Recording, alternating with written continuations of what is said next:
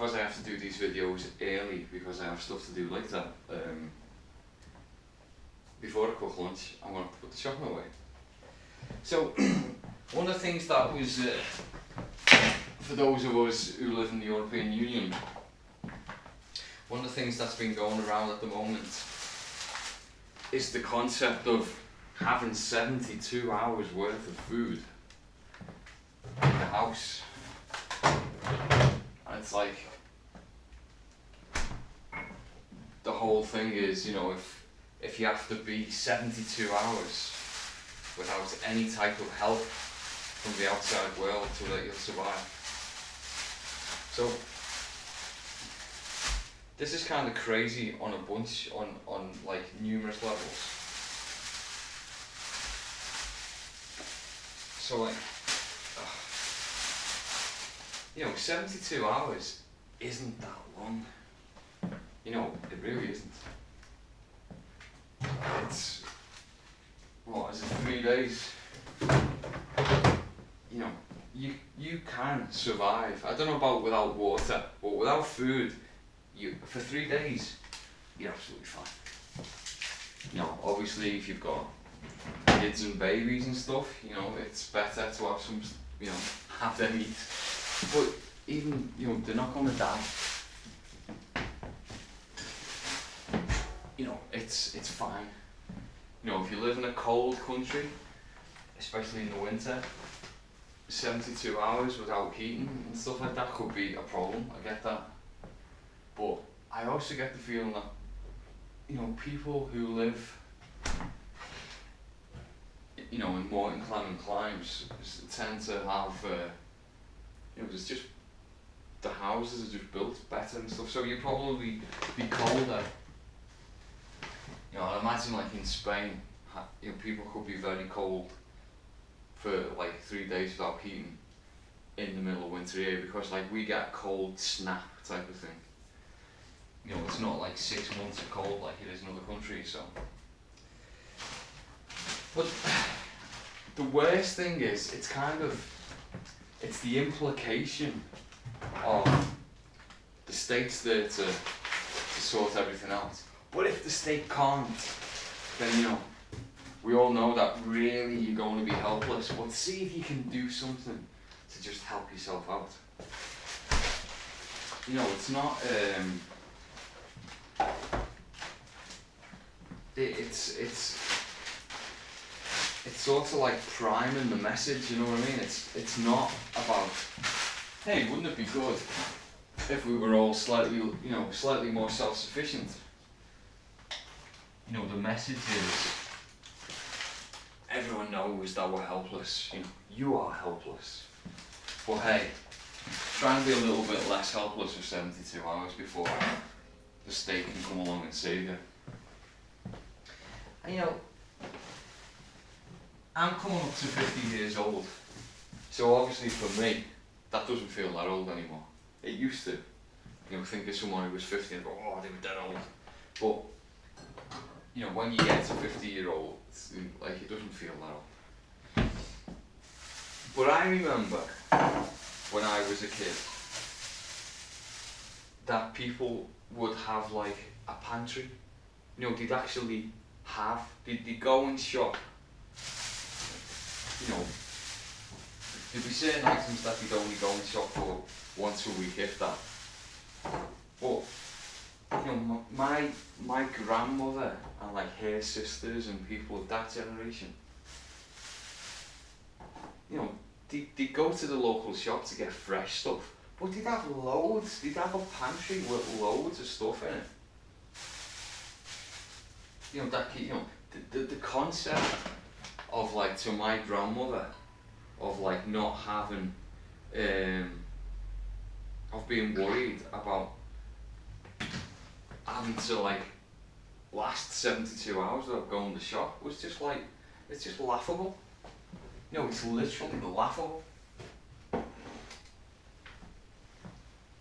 No, I remember there'd be things that she'd cook that probably take like 2 days to cook or something, you know what I mean? It's just like the concepts of time that we deal with these days. You know, it's all like, it's just in time supermarket stacking and things like that. And, you know, it's not the best. You know, it might be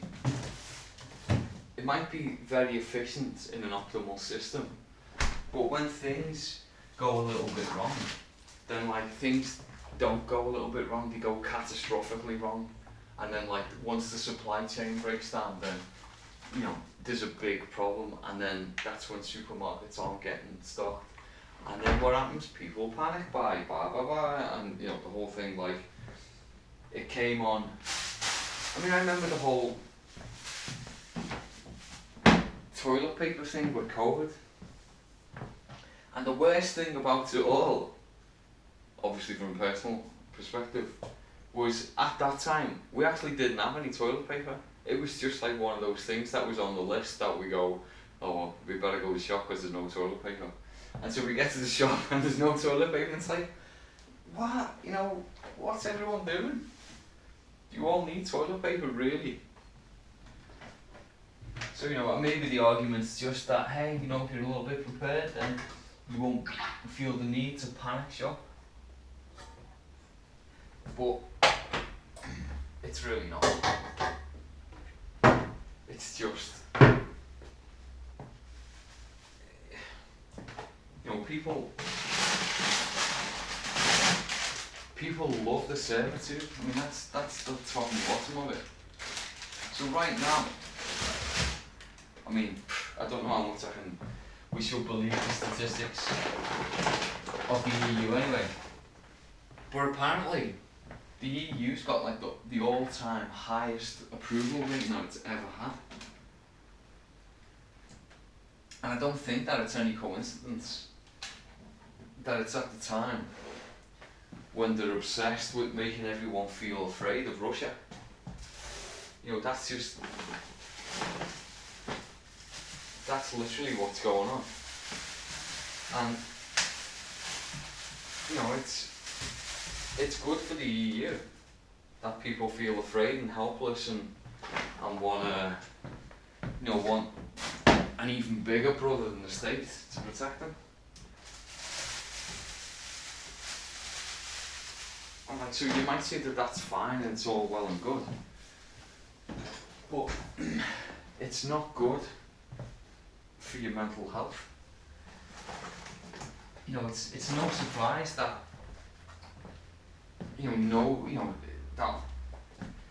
obesity is at an all-time high. There are more people obese in the world than there are starving. You know, what does that tell us about life? Well, I'll tell you what it does tell you about life. It tells you that the idea that there isn't enough food to feed the population is obviously a lie. But it also like points to the total disconnect that we've got between, you know, absolutely everything's delegated now. People delegate. You know, it's like, what's healthy food? I don't know. You know, people literally don't know that what they're eating is making them sick. Or people laugh at the fact that they don't know how to cook. You know, it's just it's a level of learned helplessness that's just ridiculous. And so, you know, what's the solution to all this? Well,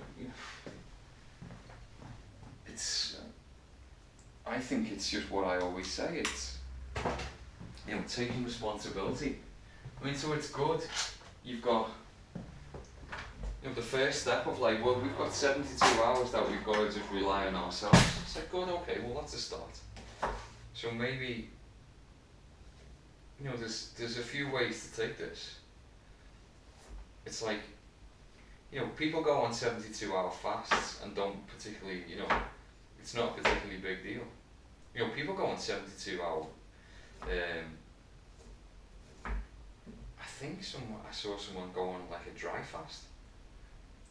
So, you know, if that's the case, then obviously won't kill you. I don't think it's very good for you though, but anyway.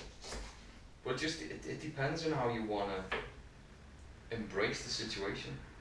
So it's like, if you're on a fast and the only thing that you're thinking about is, God, I wish I was eating, I wish I could have something to eat, then, you're not really, the whole fasting process isn't really benefiting you, like, psychologically. But, if you're, what I reckon, I bet what no one's banking on is 72 hours passes when, like, you've got to fend for yourself, and at the end, people say, you know what, that wasn't so bad. Maybe we should think of, what can we do to, like, survive a week if we have to? What could we do to, so that our community could, maybe not survive indefinitely, but, just have a much better time of, what would happen if we just weren't interfered with by governments anymore? Because that's kind of the thing that comes implicit with, what will you do if, you'll be helpless for 72 hours? And it's like, well, you're not helpless. You just gotta take care of yourself. It's kind of,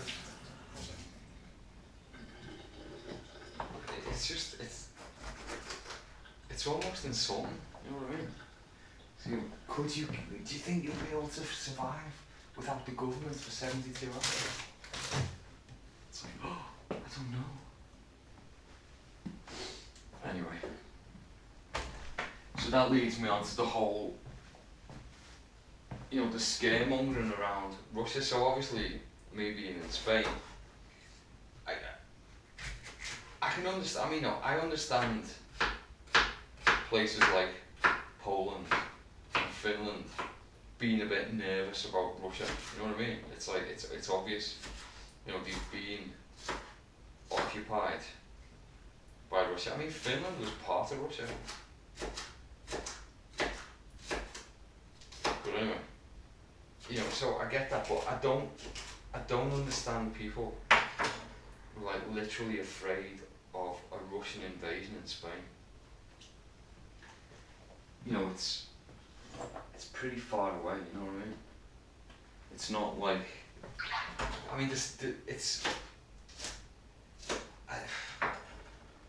so, like, we're simultaneously being told that, watch out, Russia's going to invade, with, if we send all this money to Ukraine, then we'll defeat Russia. It's like, well, which one is it? Because they're not really compatible conclusions. They're kind of completely separate, which one, why?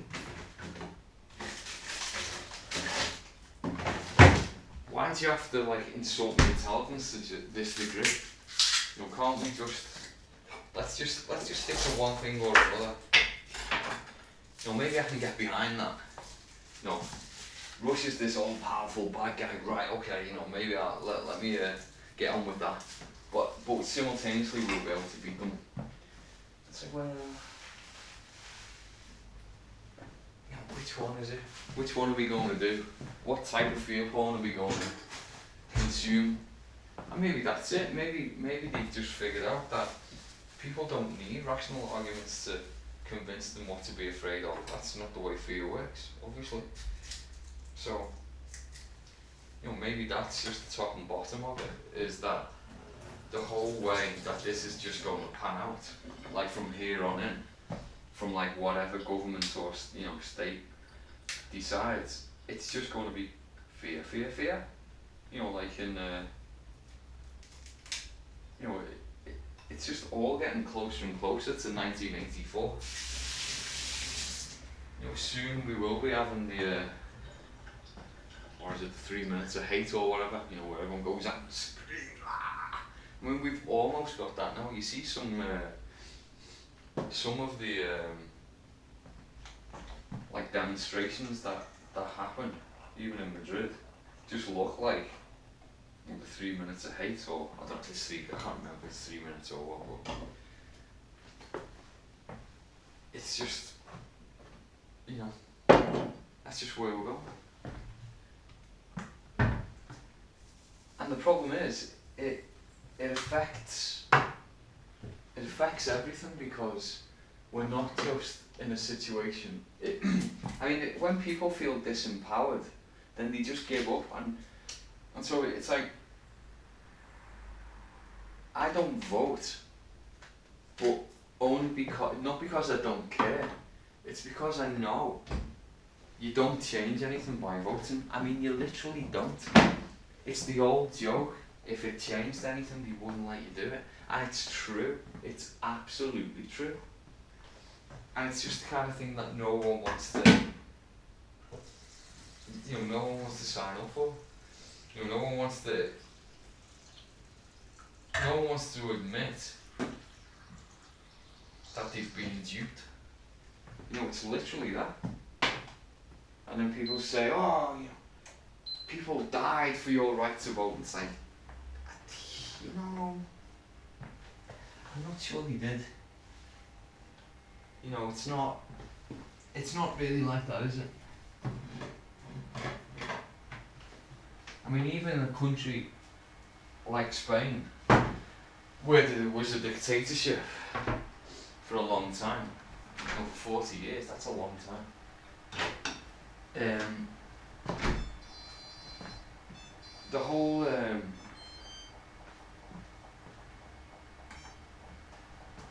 the democracy part of it wasn't really, it wasn't like, oh, isn't this scandalous because we can't vote?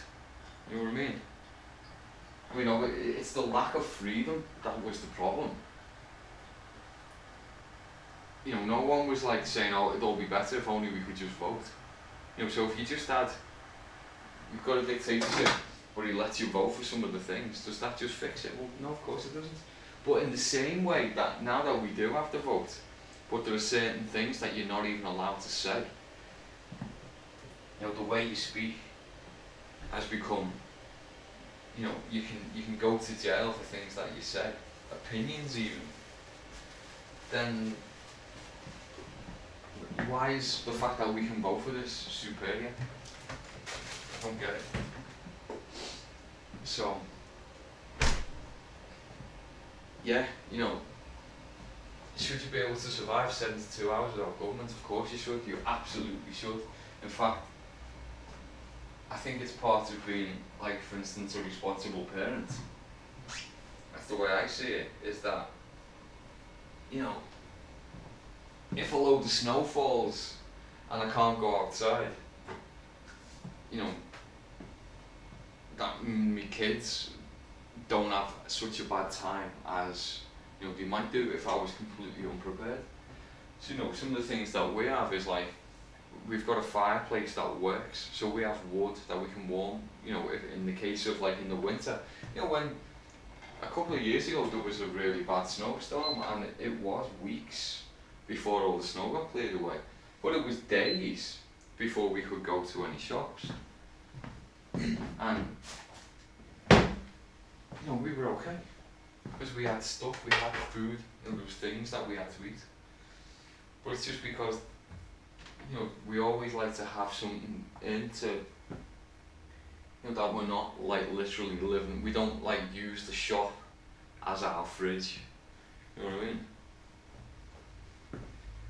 So anyway, that's what I think about the 72 hours without government. It's like, yeah, bring it on.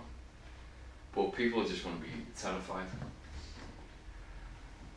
I can see it coming. But then again, maybe we'll skip it because I don't much to tell you. So that'll be all okay.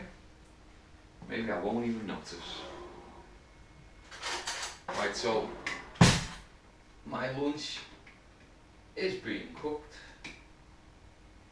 It'll be ready in about half an hour, but I'm not going to eat it in half an hour because it's too early and I'll be in a meeting anyway. Coconut oil. Anyway, Thanks for watching if you got this far. I'll see you soon.